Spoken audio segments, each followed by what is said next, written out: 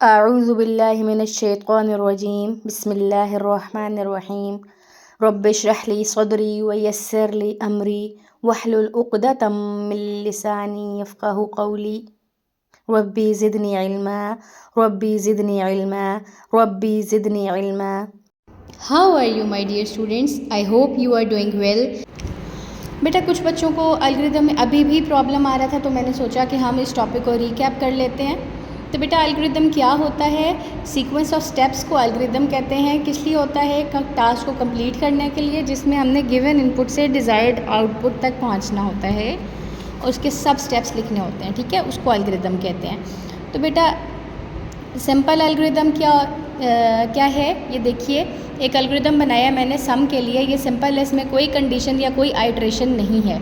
तो स्टेप 1 हमेशा स्टार्ट होगा और स्टेप्स जो है ना, लास्ट स्टेप जो है वो हमेशा स्टॉप होगा।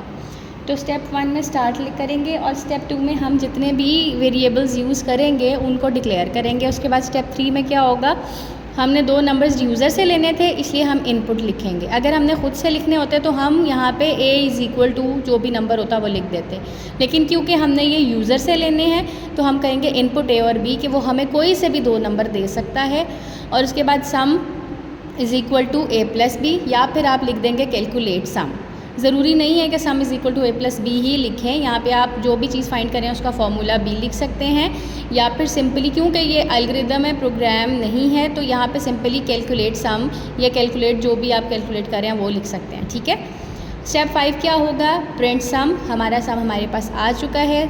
और स्टेप 6 स्टॉप। हमारा गिवन इनपुट भी हमने ले ली है और डिज़ायर आउटपुट भी हमारा आ जाएगा। तो हमारा यहीं पर एल्गोरिदम, सिंपल एल्गोरिदम ख़त्म हो गया। अब देखिए बेटा, कंडीशन क्या होती है? जब हम लोगों ने किसी चीज़ को चेक करना होता है तो फिर वहाँ पे कंडीशंस अप्लाई करते हैं। ठीक है, जैसे ये मैंने एल्गोरिदम बनाया है इवन और ऑड का। तो बेटे स्टेप 1 क्या होगा? स्टार्ट, और फिर हमने एक ही वेरिएबल यूज़ होगा, हमने एक ही नंबर लेना है और उसको चेक करना है कि वो इवन है या ऑड है, तो हम करेंगे इनपुट a। तो स्टेप 4 क्या है? If a is divisible by a divided by 2 is equal to 0, मतलब कि अगर a जो है वो पूरा 2 पे डिवाइड हो रहा है तो वो क्या होगा बेटा? इवन होगा ना। या फिर आप ऐसे भी लिख सकते हैं, if a is divisible by 2, तो हमारे पास क्या आएगा? Print a is even.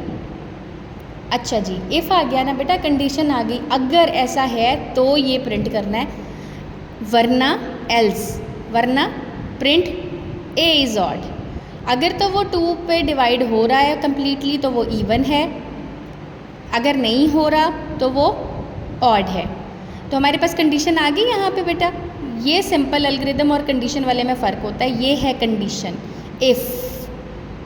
अगर ऐसा है कंडीशन सामने तो फिर ऐसा कर दो, अगर ऐसा नहीं है तो फिर ऐसा कर दो।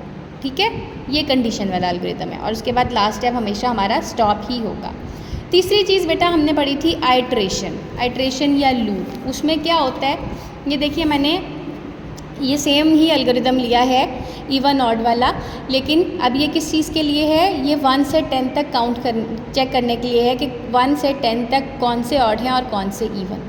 ठीक है, तो देखिए पहला स्टेप हमेशा स्टार्ट, स्टेप 2 हमेशा डिक्लेयर करना, और फिर स्टेप 3 में क्या कर रहे हैं, क्योंकि हमें पता है कि हमने कहाँ से कहाँ तक चेक करना है, तो हम इनपुट नहीं ले रहे, हमने a इज़ इक्वल टू 1 कर दिया है, क्योंकि हमने 1 से 10 तक चेक करना है ना। और उसके बाद स्टेप 4 वही वाला कंडीशन आ जाएगी इसमें चेक करने के लिए कि वो इवन है या ऑड। ठीक है, if a is divisible by 2 is equal to 0, if a is divisible by 2 तो प्रिंट a इज़ इवन, या if a divided by 2 is equal to 0 तो print a is even, else print a is odd.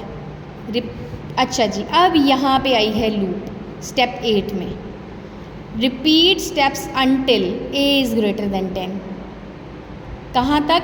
10 तक वो check करेगा। मैंने condition दी है a is greater than 10, मतलब a 10 से बड़ा हो जाएगा। 11, जैसे ही 11 होगा तो हमारा एल्गोरिदम वहीं पे ख़त्म हो जाएगा और स्टेप 9 आ जाएगा। ठीक है, और जब तक a जो है ना वो 10 से बड़ा नहीं हो जाता, क्या करेगा? रिपीट स्टेप्स, यहाँ पे मेंशन करना मैं भूल गई हूँ, स्टेप नंबर 4 से रिपीट होंगे। तो बेटा आपने क्या करना है, रिपीट स्टेप 4 to 7 जब तक कंडीशन ए हमारी फुलफ़िल नहीं हो जाती, जब तक ए ग्रेटर दैन 10 नहीं हो जाता, ये स्टेप्स रिपीट होते जाएंगे 4 से लेकर 7 तक चेक करते जाएंगे और लिखते जाएंगे, ठीक है। फ़ी अमानिल्लाह।